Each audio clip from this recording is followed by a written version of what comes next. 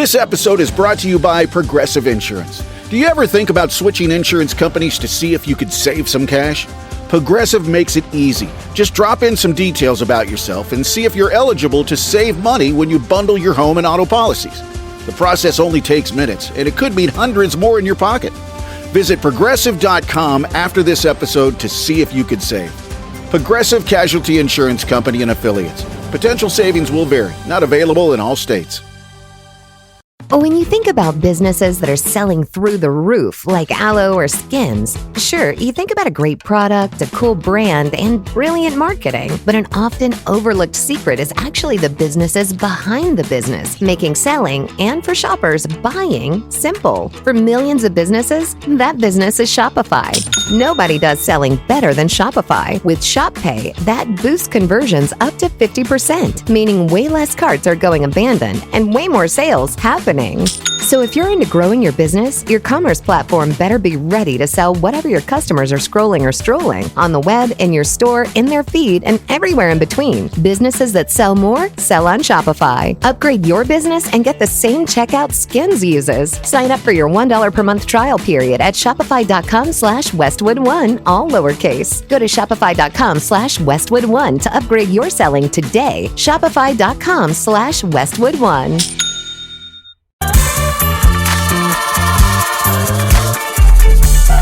Welcome to the CJ Moneyway Show podcast, the podcast show where we unlock potential one dream at a time. Today, we have another guest whose journey is truly worth hearing. Sit back, relax, and enjoy the Moneyway experience. What's up, my good people? Welcome to the CJ Moneyway Show in association with Believe Network, where we bring you stories of thought leaders, innovators, and game changers who are impacting the world in unique ways. I'm your host, CJ Moneyway, and today's episode is about mentorship, aging, and the power of generational knowledge. Our guest today is Deborah Heiser, Ph.D., and applied developmental psychologist, TEDx speaker, consultant, and the founder of the Mentor Project, a nonprofit that brings top experts together to mentor the next generation across multiple countries. Deborah is also an author and researcher with an impressive background in aging, mentorship, and leadership. Deborah, welcome to the CJ Moneyway Show. We're thrilled to have you today. Thank you for having me. I'm thrilled to be here. Yeah. So, Deb, let's jump into this. You have such a diverse and inspiring background. Can you share with us how you got into the field of development psychology and what led you to the Mentor Project? Sure. It's not a quick path. I was about 19, I'd say, and I really didn't know what I wanted to do. I figured I'd work in an office somewhere, maybe an administrative assistant or something like that, which, I wasn't thinking much about what I was going to be doing for a career. And I went down to visit my grandma, and I used to go visit her all the time down in Florida. And when I went down there, I would always have so much fun, and I never even had to pack clothes because she had the cutest outfits at all times. I just needed shoes. So anyway, I went down for one of my usual trips, and she was grouchy and irritable and not cute. She was all disheveled and, unhappy. So I said to the person at the independent living facility, "What's wrong with grandma?" And they said, "Oh, don't worry. We're going to fix her." And I was like, "What?" And they said, "Yeah, she is taking a medication and it's new and it's causing her to be depressed." I didn't know what depression was. I didn't know what a psychologist was, but this person said they were going to fix her. I didn't believe her, the person that told me, but when I came back a few months later, she was fixed. She was better. She was fine. So much better that she had a boyfriend. Like she was like really back out there and better than ever. And so I was like, that's it. I'm going to be a grandma fixer and I'm going to go figure this out. So I came back home and I took the very long route of getting my undergraduate college degree because I changed my major yet again to psychology. But then once I did that, I finished it. Then I went and I got a job in aging at a psychiatric hospital to see if I really wanted to do it, doing research. And then I was like, that's it. I want to do this. So I went on for my Ph.D. and went that route. And I got out and was studying everything no one ever wants to have or get. So I was completely like banned from cocktail parties because who wants to meet somebody studying, all of the end of life issues that I was studying. Yeah. And then I went to a cocktail party and, I didn't get to go to many of those, but I went to one and somebody said, "Hey, what do we have to look forward to as we get older? You're an aging specialist." And I was like, "Oh, I don't know." Because I was only studying things no one wanted to have, nothing anyone looked forward to. So I ended up going back to the drawing board and saying, I have to figure out what I want to look forward to also. I'm just putting a Band-Aid on things no one wants to have or get. So nobody wants that. So I went back and I was like, gee, there's so much out there. It's just not making it to the mainstream media. So when I was doing all of this, it was like the Wild West going into the field of aging. We didn't have the internet, we didn't have any of this stuff. So nobody was talking about anything except Alzheimer's disease and, frailty and all of those things. That was making it to the headlines of the news. So I realized we have a whole emotional trajectory that no one's talking about. There's 75 years of research on all of this stuff. There are theories and there's all this stuff happening, but just nobody's hearing about it. So I decided I really wanted to take a look at midlife, because in midlife, there's a stage called generativity, and it's where we're built to want to give back to others without expecting anything in return. And that's like volunteering, philanthropy, and mentorship. And I was like, how are we built to want to give back? That's counter to, we're all trying to grab from everywhere. How can that be that at one point we actually want to give back? So I was super curious about this. So I started asking and researching all sorts of people, like 45 people, from grandmas to generals. What is it about being a mentor that you like? Tell me about that. Because I wanted to pick something that, a piece of us is being given back. And everyone had the same thing to say. They all would cry. I mean, if you've ever seen like some really tough guys cry about mentorship, I saw that. And I was like, wow, these guys are moved by this. And they felt, all of them, that they were relevant, that their footprint mattered in the world. Like the It's a Wonderful Life movie where he has to find out that he made a difference to his community, but he didn't feel it. Everyone felt that with mentorship. Like they felt like they lived on in somebody else, like a form of immortality. It was like the Holy Grail was found or something. It was really pretty cool to hear this in 45 different people. And when I was talking to one of them, and everybody kept saying, oh, you got to talk to my friend. You got to talk to my friend. So I kept getting more and more people to talk to. And one guy, he's one of the fathers of the firewall. So that's how we're all talking on the internet. His name is Bill Cheswick. And he said, I'm getting ready to retire from being an innovator at Bell Labs. And I'm going to live on a farm. And I'm going to have no connection with anybody to mentor. And I'm really nervous about it because I'm going to feel totally irrelevant. He was used to having his stuff in museums and everybody would come and talk to him about his work. And he was already feeling isolated and unproductive. So he said, I'd like to get into schools to teach kids. And I was like, well, okay. It's not like you could go to a park and say, hey, kid, you want a mentor? That's like totally creepy. So we decided to... Yeah, about 5 of us in the beginning, which moved to about 7, decided to start to see if we could get people to mentor in schools, with Bill being the main guy. And it worked really well. And then people just said, you guys are like 7 weirdos that are out there, bringing Bill around and a couple of other people to mentor kids. No one is ever going to want to do this. So I was like, okay, so we'll have fun. No biggie. And then 6 months later, we went to 60, then to 80, then to 100 people who volunteered their time, and they were top leaders. We have an astronaut, we have astrophysicists, we have all of these really top people who were like, I want to volunteer my time. So the Mentor Project happened organically because, a band of 7 weirdos decided to see if this theory that's in developmental psychology actually worked.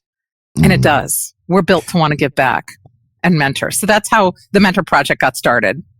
I like that, that, and it makes good sense, as far as mentorship, giving back, because I'm thinking about myself on some of the things that I'm trying to do. You do want to mentor younger people so that they don't have to go through some of the trials and tribulations, as we talked about beforehand, that we went through. Not that everybody's going to listen, but, you just try to guide them in the right way to live a more productive life, maybe than where they're going, or, saying some of the thought process that they have. So I like that. The midlife mentorship, giving back. I like that because it makes you think about it. And I believe now that people hear this, they'll probably think about it too. Like, ooh, as I got older, I have wanted to give back, you know what I'm saying? And share some of my experiences with other people and things of that nature. So that's cool. And I wish you guys continue doing that and great success in it. How many you say 100? Let's make it 500. Let's go out for 500 weirdos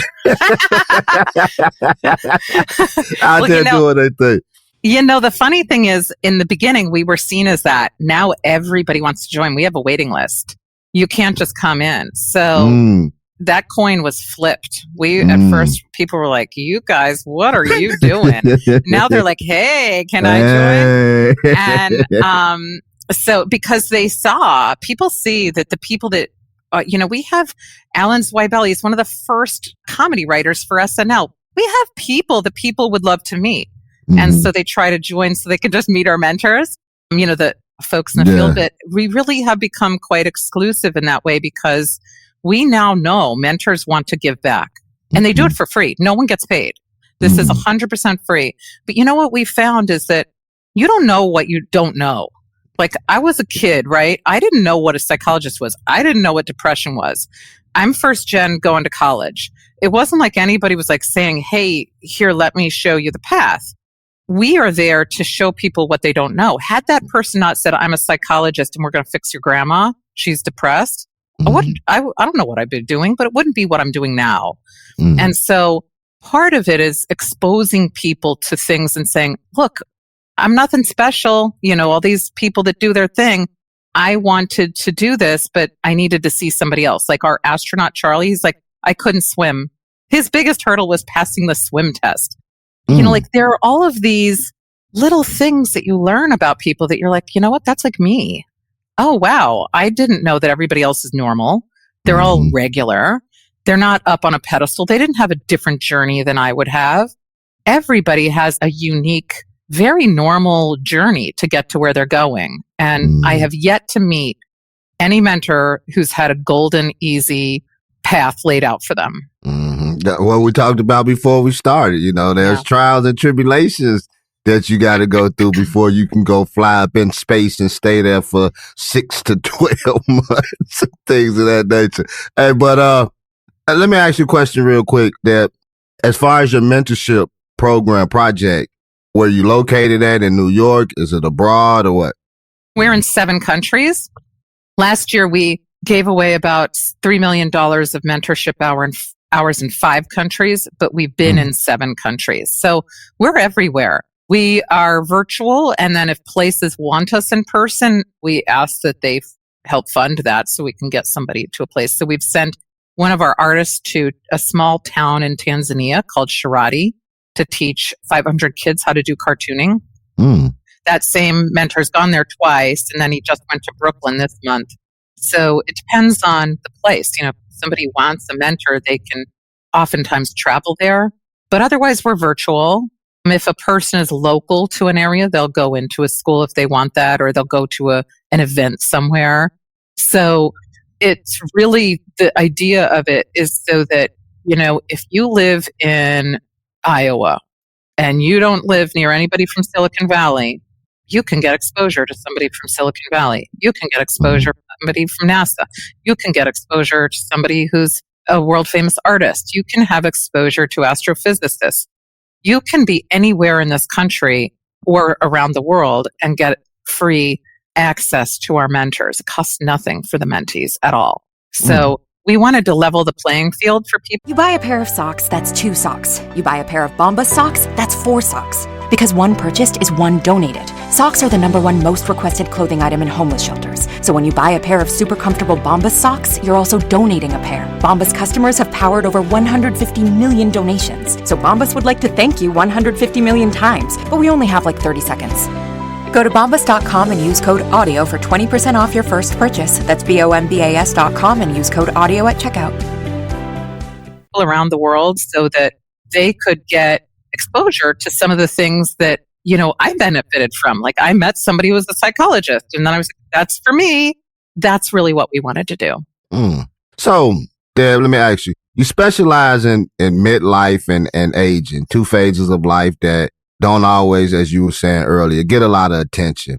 So what are some things people can actually look forward to as they age besides wanting to give back? Oh, yeah, that isn't going to make too many people jump on that bandwagon saying, oh, good, I get to give back.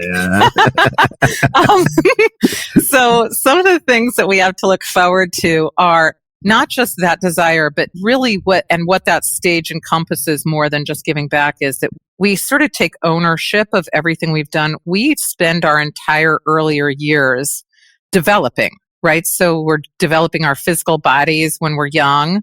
And then we're looking to figure out who we are.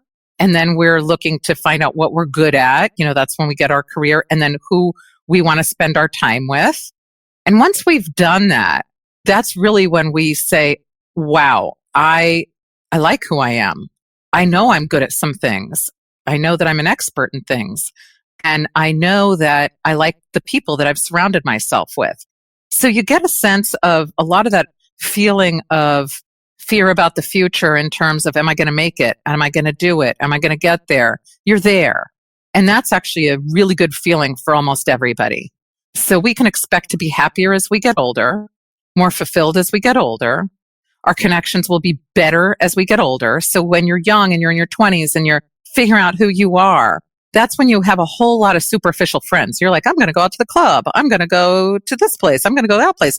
Those aren't your long-term people. They're fun.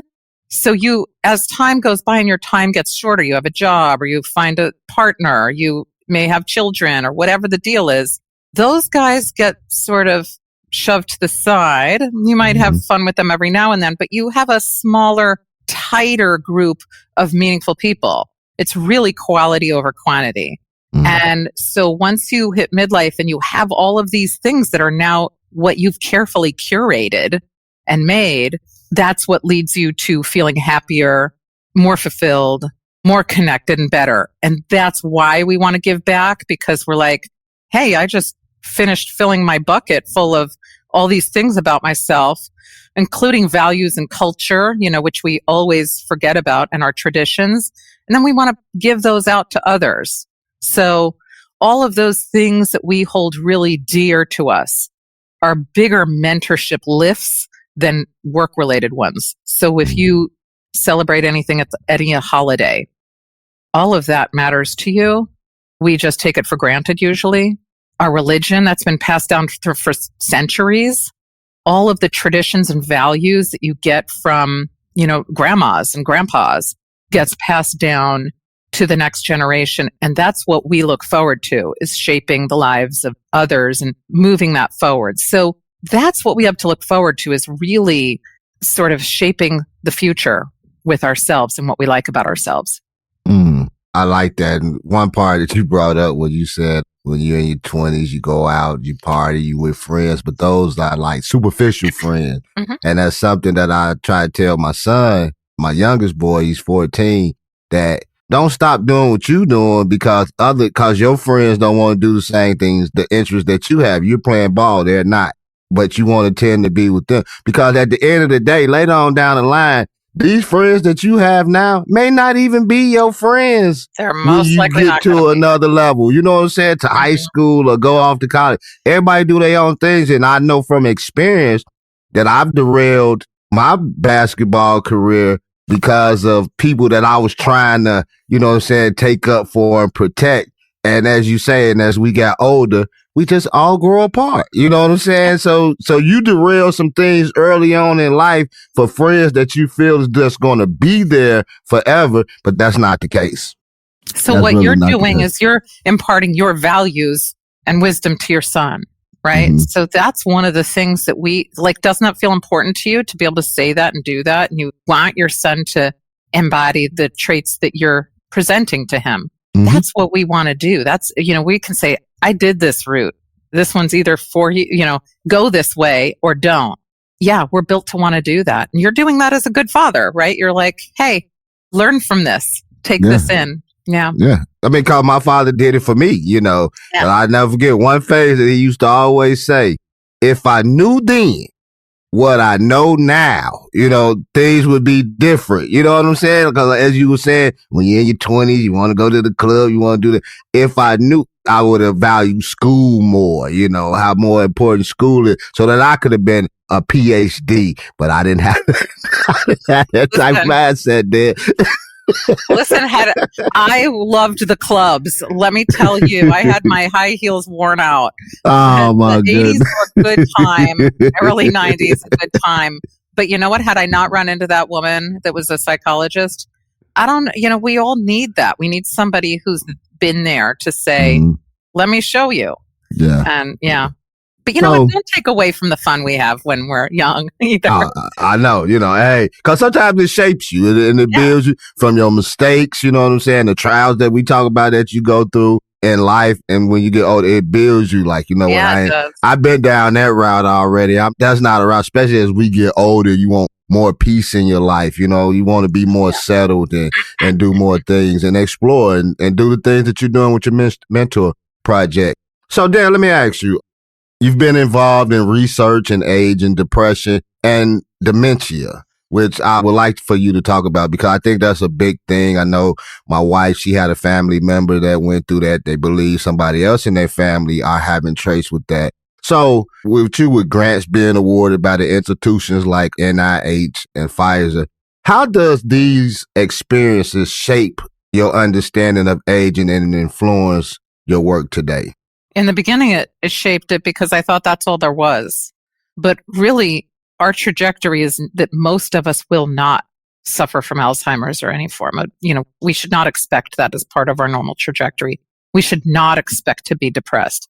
We should not expect negative outcomes. But that's what we all take in, right? And that was what I was focused on because I thought, oh my goodness. But we now have all kinds of treatments available that we never had before. So in terms of what I would suggest to people is to be aware of these things. What we now know is that, say, for example, with depression, if you suffer from a stroke, you're 50% more likely to suffer from depression. If you're on certain heart medications, you might be at risk for depression. We know those things now. You can do things like switch the medication, like my grandma did, and get better. And you can do things like if you find out that you suffer from an illness like a heart attack or stroke or something like that, you can be on the lookout for depression. And then if you start to see symptoms, treat it. And in terms of Alzheimer's disease, they've made so much progress with Alzheimer's disease and dementias that they have medications now and they have all kinds of things that we can look forward to. So for the most part, I like to tell people it's not like it was in the 1990s when everybody was really afraid that, oh my goodness, am I going to have that gene that I will get dementia or Alzheimer's disease? We should look forward to being really healthy. And if you see signs or symptoms, and you can see this if you go to the doctor once a year, and they measure you from year to year, you can keep track of that. And it's really something that we shouldn't worry about. We should just be on the lookout for it. That's a good point. Be on the lookout for the signs, as you say. Be on the lookout for the signs and everything. So, Deb, let's get to what we, probably came here for. And for the real reason you came here, you being an author. You're the author of the Mentorship Edge, which focuses on the benefits and practices of effective mentorship. Can you tell us what inspired you to write this book and what do you expect readers to gain from it? I was inspired to write this in 2015 and nobody wanted to hear about it.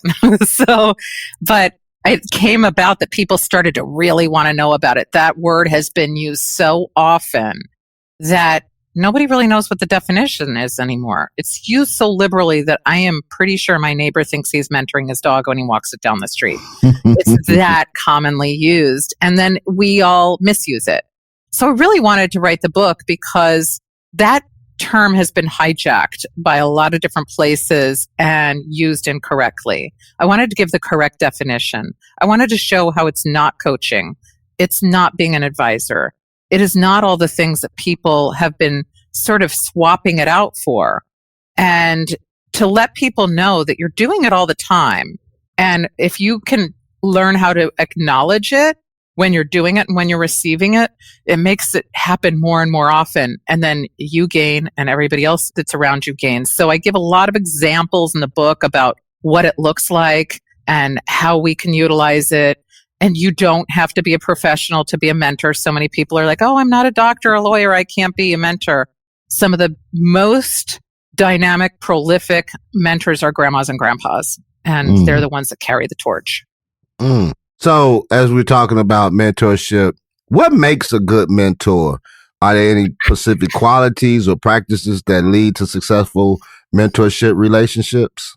No, it's the same as, I'll give you the definition, but I'll tell you this. Everybody asks and they say, here, I'm going to give you all the good qualities a mentor should have. A mentor should listen. A mentor should, look out for their mentee. Okay. It's like having a friend. There are certain things that you want to do when you have a friend. You do not want to throw your friend under the bus. You want to listen to your friend. Use all the principles that you use for having a good friend. Everyone knows how to go have a friend. Mentorship is no different. You do not need a handbook to go be a friend. You know when there's a bad friend. You can tell, right? If somebody talks behind your back, it's not a good idea, right? Use all of those principles and apply that to mentorship. So mentorship has 5 ingredients in it. And it's just like baking brownies. If you leave the sugar out, it might look like brownies, but it's going to taste terrible. So mentorship has that same thing happening. And that's why when we hear about it, sometimes we'll hear about, oh, there was a bad mentor. No. It wasn't mentoring that was happening. All these things that are out there. So it needs first to have a generativity component to it. A person has to want to give back. So if I came to you and I said, CJ, I want you to teach me all about podcasting. And you're like, I don't want to. That's not mentoring. We don't have a mentoring relationship. Likewise, if you said, hey, Deb, I want to teach you all about podcasting. I was like, I don't want to learn it. That's not we need to have both of us wanting the same thing. You're taking your expertise and giving it out, and I have to want it. So it's a two-way street. Second is it has to be intrinsically motivated. And what that means is if you're getting paid to mentor, you're not a mentor. So that's just period. You can argue with me day and night. People try to, and I say, no, it's not. And here's why. If I said to you, CJ, would you like to go volunteer your time at a soup kitchen, giving out food and beverage to hungry, thirsty people? You might say, yeah, I'd like to. That feels good. But then if I said to you, you know what? Instead of going to that location, go to Starbucks and volunteer your time, giving out food and beverage to hungry, thirsty people. You'd be like, no, I'm being taken advantage of. I don't like that. It feels different. Same activity, different setting.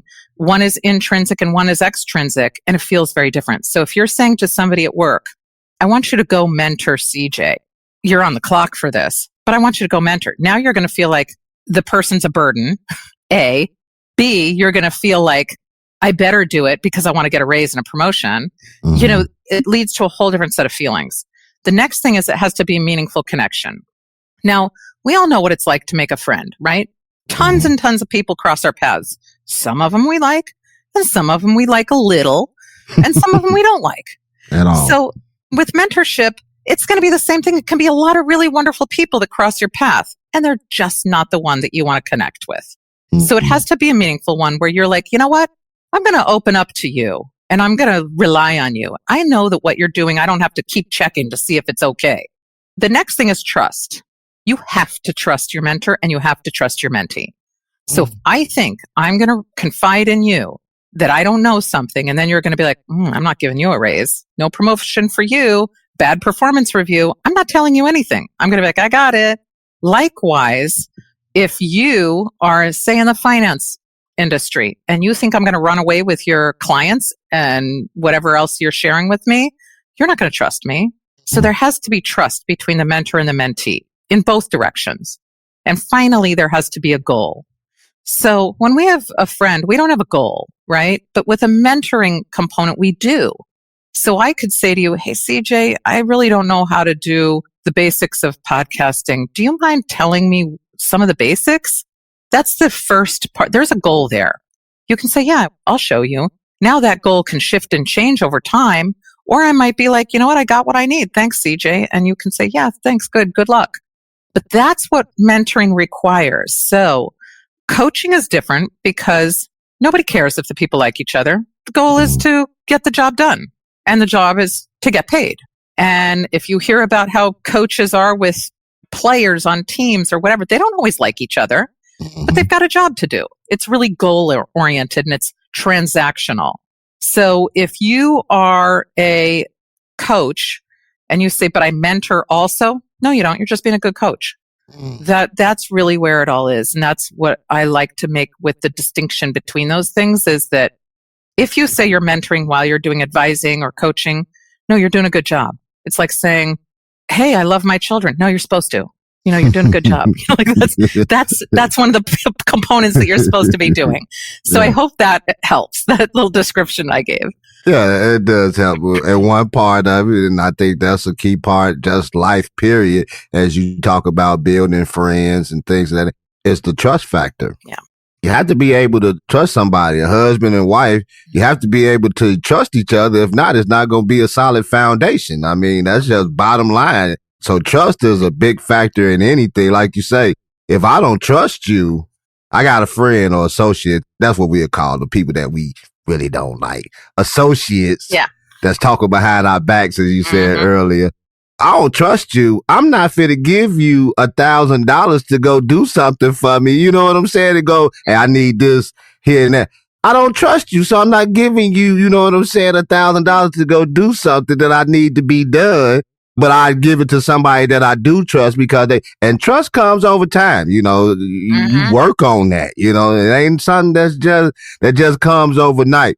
So I'm trusting you to give me the correct answer on this, that for those preparing for retirement, which we already seen that the retirement ages are already going up the ladder already. I don't know what it's going to be by the time I get there. For retirement, what advice do you have for them to stay engaged and fulfilled during this next phase of life? That one's a pretty easy one. And these are the people that I work with most often are people who've come out and they haven't done what I'm going to suggest. So when you think of your job, most people think of their identity as tied to that. They'll say, I am I do this. This is who I am. And it's their job. Mm-hmm. And when we identify only with one thing or one aspect of ourselves, it makes it difficult when we retire. So I ask people to start adding to your identity card. Your identity card is not your work. Your identity card is all the things that you're good at and that you like and that you want to do, right? So a person might be a painter on the side and nobody would know because they're an accountant by day. And they may say, I am an accountant. That is my identity. Then they leave and they forget that they even like those other things, or they devalue them. They don't have any identity value.